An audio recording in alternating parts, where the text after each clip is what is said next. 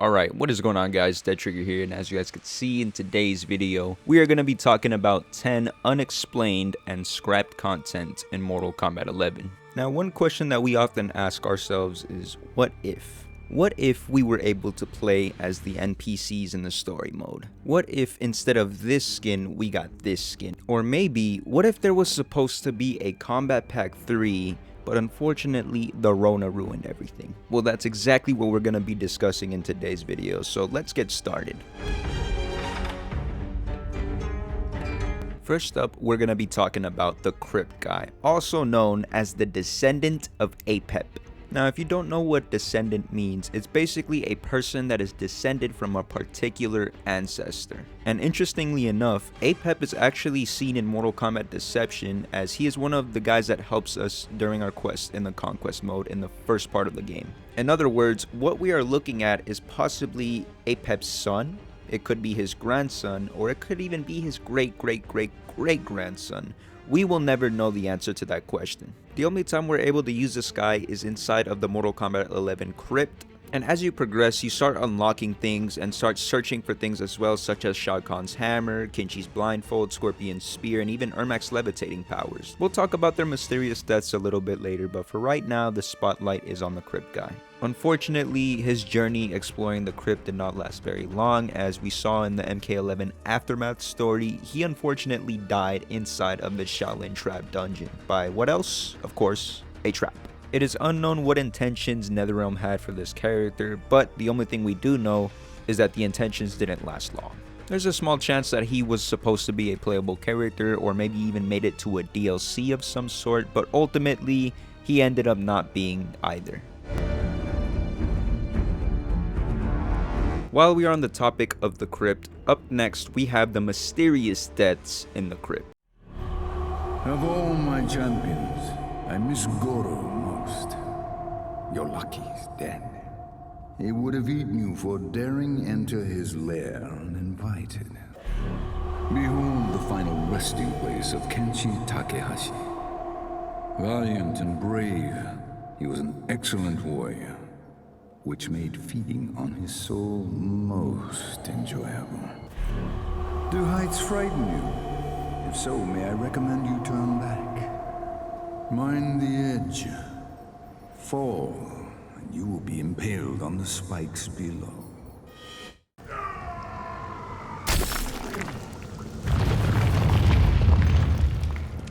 As told by Shang Tsung himself, Goro, Kinshi, Ermac, and Reptile were all victims in the KRYPT, with Ermac being the most memorable, yet tragic and unfortunate. I'm sure NetherRealm had bigger plans for these four characters, but unfortunately due to the mechanics in Mortal Kombat 11 with how slow-paced the game is, gameplay-wise they probably weren't meant to be in the game in the first place, therefore adding them in the KRYPT, but instead of forgetting they ever existed, they gave us a better than nothing option with simply just putting them in the KRYPT, at least being able to see them.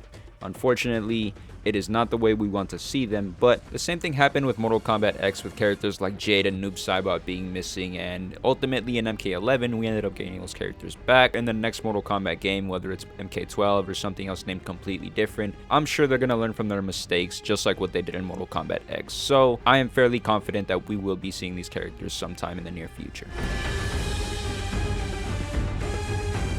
Up next on our list, we will be discussing about SEKTOR and CYRAX. These characters are first seen in the Ice and Fire part of the story mode. In this section, pretty much what happens is Scorpion and Sub-Zero team up to defeat the Cyber Lin Kuei and to stop their madness with what's going on in the Cyber Lin Kuei assembly. Now, at first you'd probably think to yourself, okay, if these characters aren't in the base roster, at some point they're gonna be DLC, right guys? Right guys?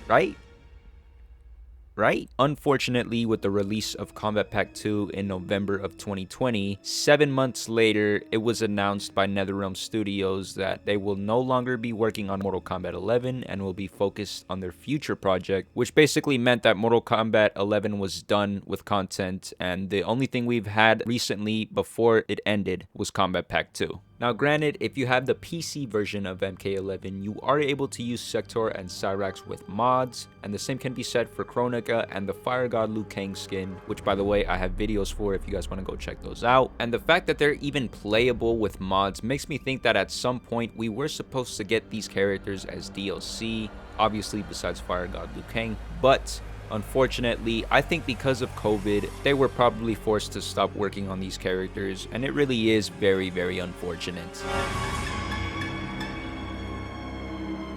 Up next on our list, we're going to be talking about the scrap DLC known as Combat Pack 3. You guys see what I did there? You guys see what I did there? It was pretty good, right? You gotta admit, it was pretty good. It was pretty good.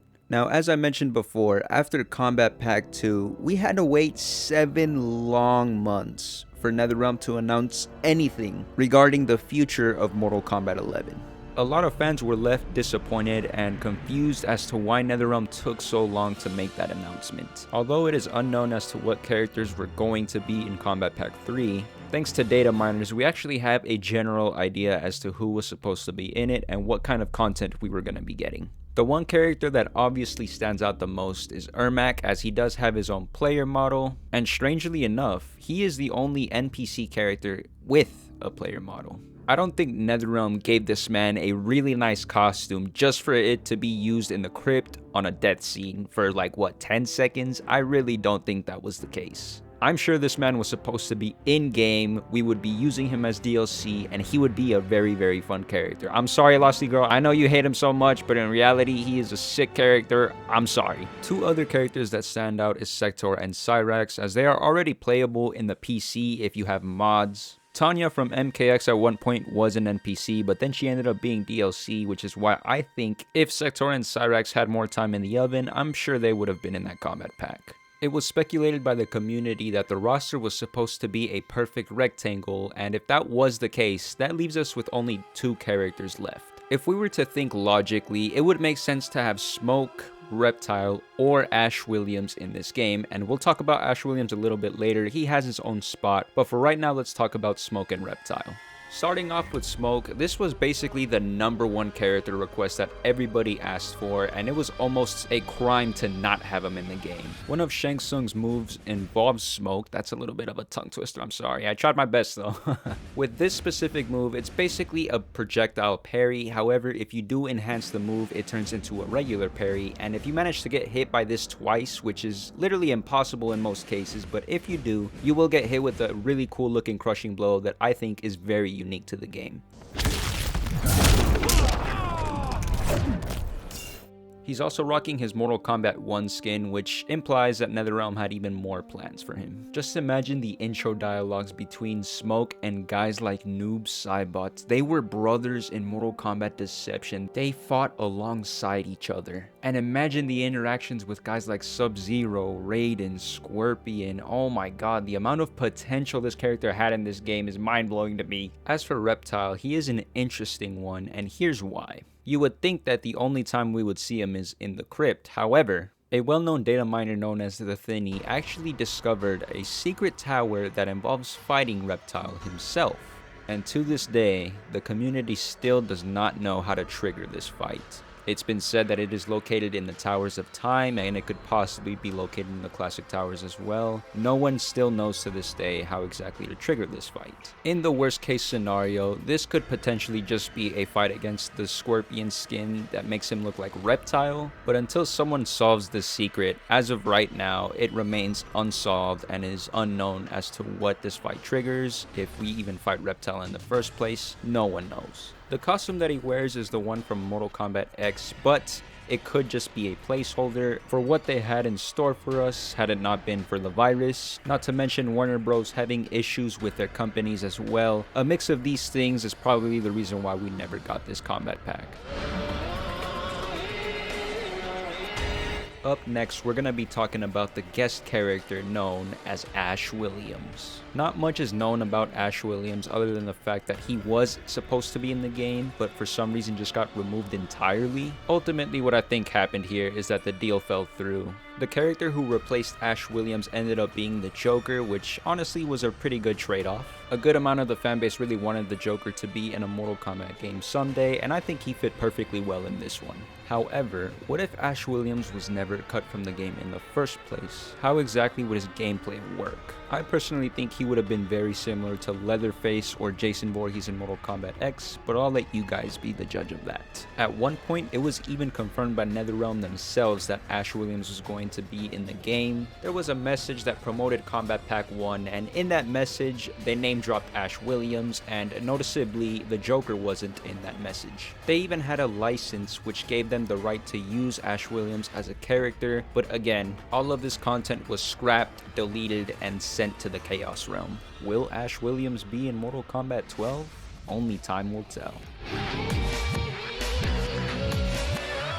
Next up, something that was teased to us from the very beginning, Mortal Kombat 3 skins. There is a massive theory that I have about this, so bear with me here for a second if you guys don't mind. With every single DLC that we got for MK11, it always came with some sort of skins for other characters. Kombat Pack 1, for example, had Scorpion, Sub-Zero, and Noob Saibot's classic MK1 skins once Shang Tsung was announced. Then a couple of months later, Aftermath got announced, and we ended up getting the iconic MK9 skin for Scorpion, the Mortal Kombat Deception skin for Sub-Zero, and of course, the classic Frost skin. And then finally in Kombat Pack 2, it was announced that we were going to be getting a movie skin set for Sonya, Raiden, and Johnny Cage, which came the week after Kombat Pack 2, which we also got the Time Warrior skin for Noob Saibot, Scarlet, and Liu Kang. And so this is where my theory begins. And keep in mind what I'm about to say is just pure speculation.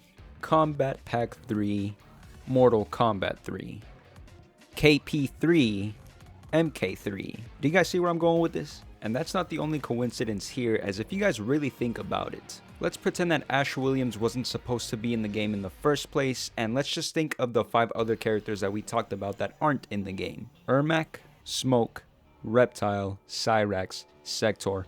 All of these characters that I just mentioned were in Mortal Kombat 3. I genuinely think that each one of these characters was supposed to get an MK3 skin, and even the Cyborgs too. If you guys don't remember, MK9 had MK3 skins for SEKTOR and CYRAX, and they looked absolutely amazing. And the same can be said for the ninjas as well, as most of them were in Mortal Kombat X. You got Scorpion, Sub-Zero, Reptile, Ermac. The only missing ones there were Rain and Smoke, and if they were supposed to be in this game, well, guess what? They were probably gonna get MK3 skins too. And to prove my theory even further, we actually did get MK3 skins for the female ninjas known as Jade, Kitana, Scarlet. I believe that's it, but I might be missing one more. Yeah, it's Melina, that's right.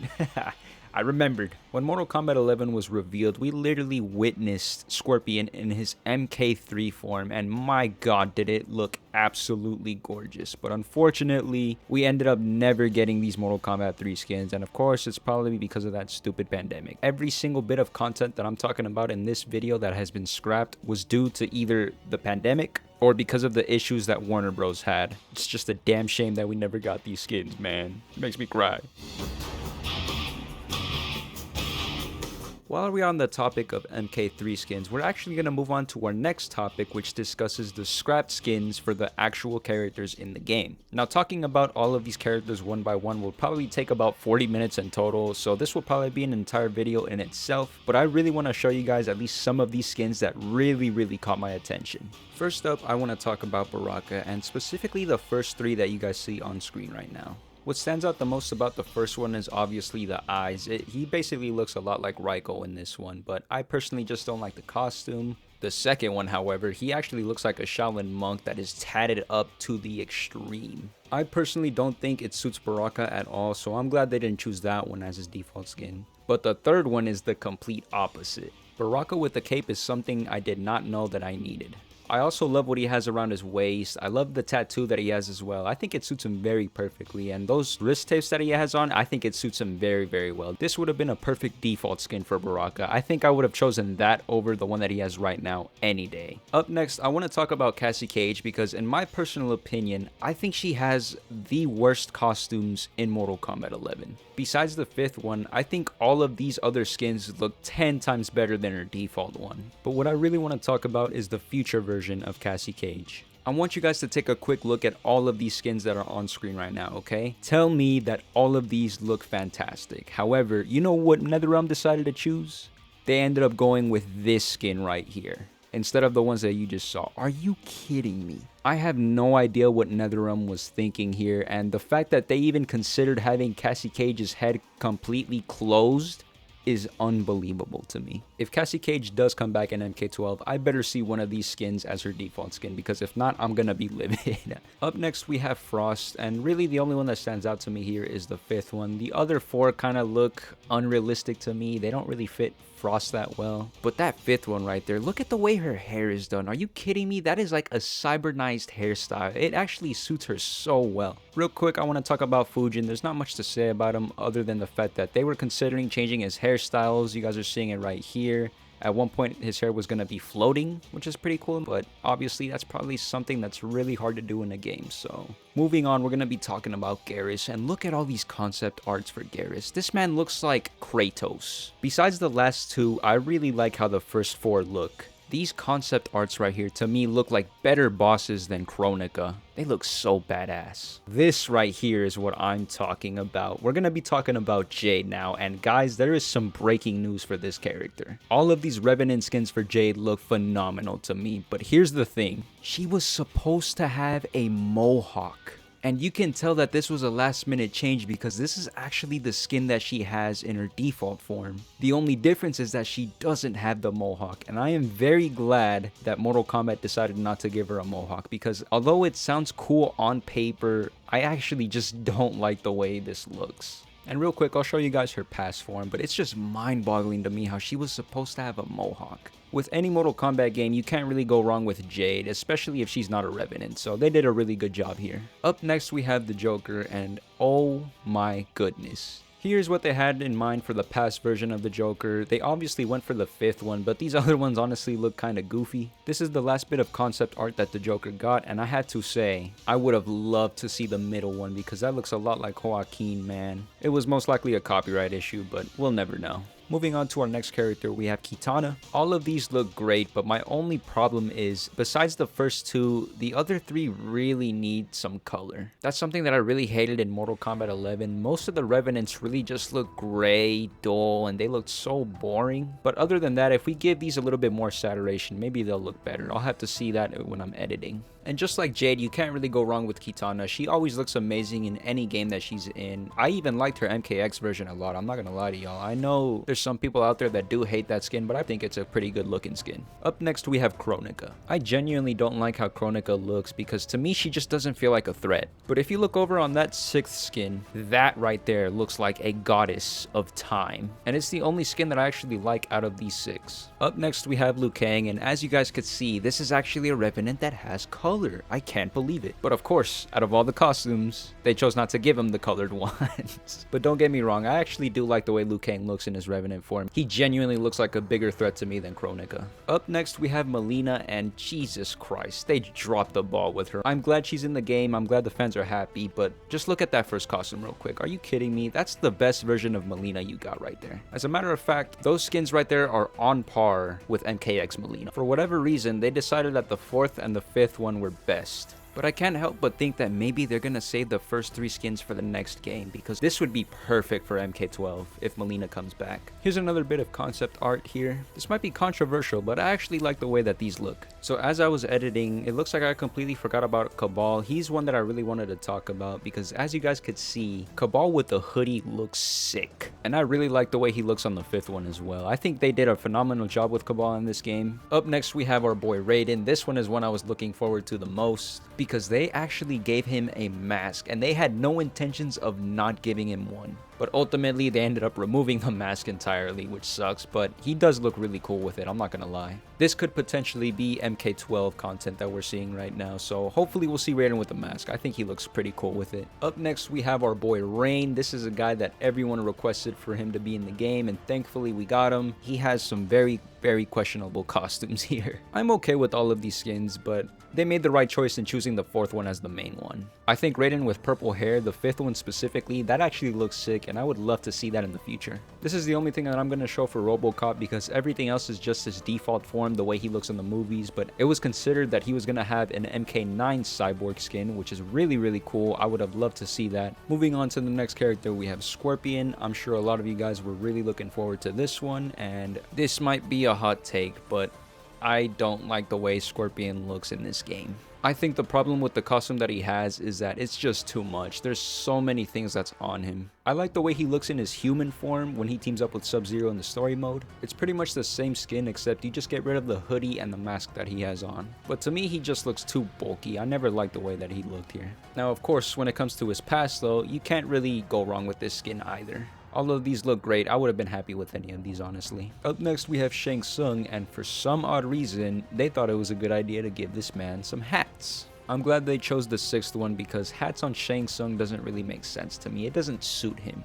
Another key detail here is that he has red eyes, which makes me think that maybe NetherRealm was thinking of turning him into a Revenant, which would have been cool, but I'm glad they didn't. Here is his past concept art, and this gives me a lot of old school vibes. I really like how these skins looked. Ultimately, they went with the first one, which I kind of hate because these other 4 ones look really, really nice. It's a missed opportunity the way I see it. Up next, we have Sub-Zero. This is probably another character that you guys were looking forward to. He also has a very similar problem with Scorpion, where I just do not like his default costume. But don't get me wrong, that human version I think is his best form in this game. Both human Scorpion and human Sub-Zero, that is their best look. Sub-Zero's default costume, I just really don't like the headgear that he has. It just makes him look like a fool, honestly. I can't take him seriously, and it really pains me to say that. Here's the concept art for his past version, and again, you can't really go wrong with classic skins. They did an outstanding job with this. Just get rid of the headgear. And last but certainly not least, we have the Terminator, and he is a very interesting one because in my opinion, he has the worst concept art, and I'll show you guys why.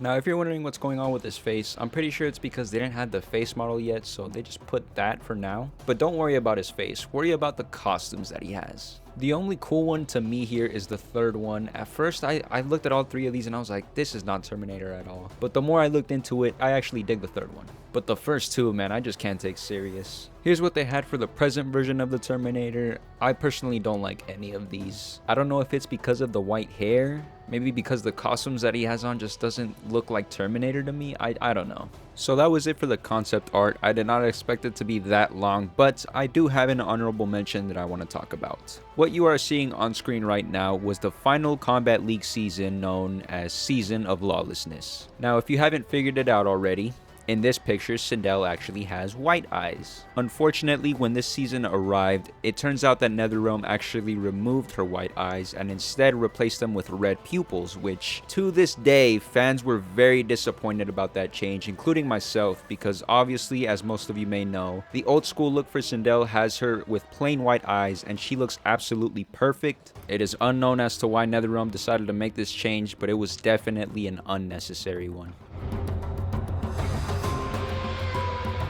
Coming up next on our list, we are going to be talking about the missing stages in Mortal Kombat 11. If you have ever played the story mode and reached to the part where you play as Raiden, then you should know where I'm going with this. In this part of the story, Raiden was slowly turning into his dark form. And right as he is about to fight Liu Kang, he realizes that this is an event that has happened before, and that is what unlocked his memories. And in these memories, we end up seeing stages that are fully fleshed and fully remastered, but sadly these stages were never to be seen. Liu Kang, do not interfere. You cannot fight Shao Kahn. Liu Kang, stop! Enough of your madness! If you must die, so be it!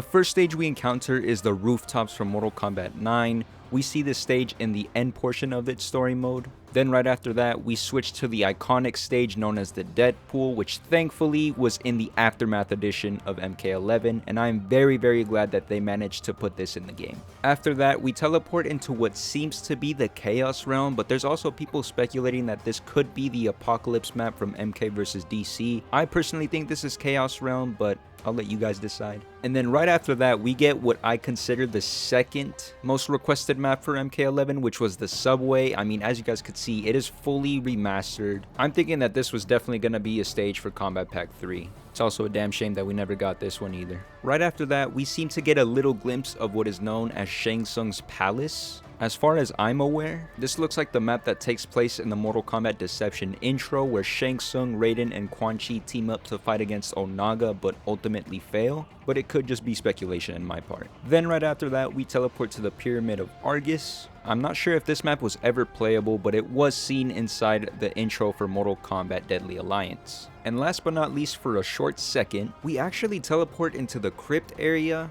And when you walk around this area in the crypt, it is actually called the Warrior Shrine. And judging by the lighting of the sky, this could also be the courtyard map.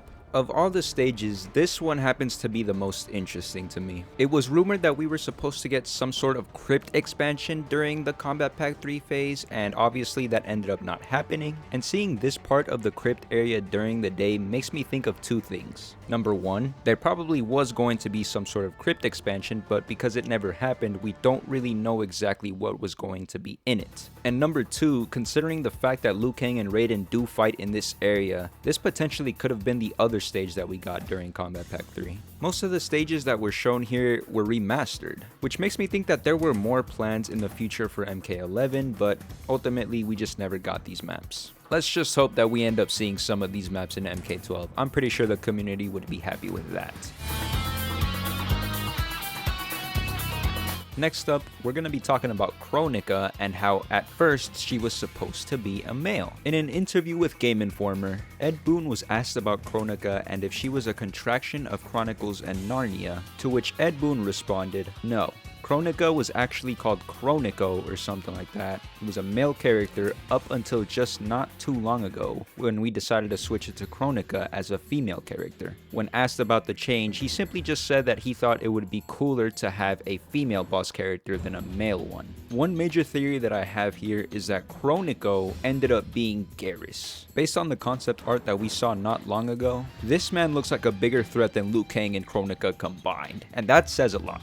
And even in the story mode, he almost felt invincible. It looked like you were never able to beat the guy until Scorpion threw him into the Sea of Blood, and probably to this day is still falling. I believe this was the first time ever that we actually saw a female boss, and please correct me if I'm wrong, but I'm pretty sure it was the first. But seeing female bosses is what we need more of. Just give her a great design, a greater purpose as to why she wants to rule the world, and boom, there you have it. Great boss. Moving on to our last and final topic of the day, we're going to be talking about missing character end of round taunts. Come.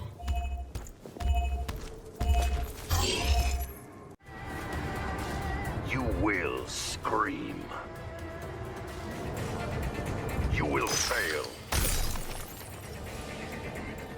Now, I don't know about you guys, but as a man who has grinded Mortal Kombat 11 to this day and have been constantly grinding classic towers, towers of time, just to get skins and taunts for you guys, 3 years later, I still somehow managed to be missing some taunts. And to be more specific with characters, I'm missing one for Shang Tsung, Shao Kahn, Frost, Sub-Zero, and Garrus. All of these characters, I'm just missing one more taunt. As far as I'm aware, the max amount of taunts you can have for a character is 10. I've never seen anyone have 11 or more. I would love to know if any of you guys out there are missing any taunts, so please let me know in the comments. I'm very curious to see what characters you guys have missing taunts for. I don't know, maybe I just have to use these guys another 3 years and then maybe I'll unlock these taunts. It's possible that we were supposed to get more taunts during Kombat Pack 3, but we just simply don't know.